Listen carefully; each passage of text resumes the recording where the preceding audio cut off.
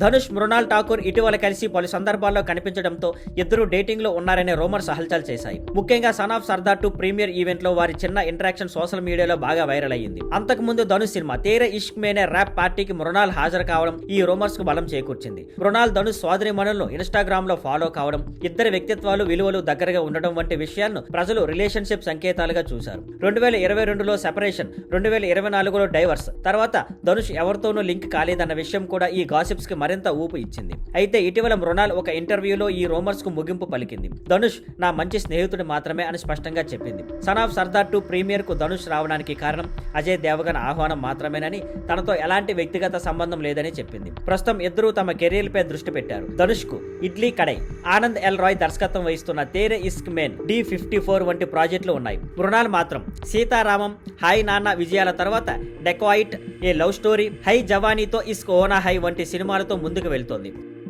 Thank you for watching. Please like, share and subscribe.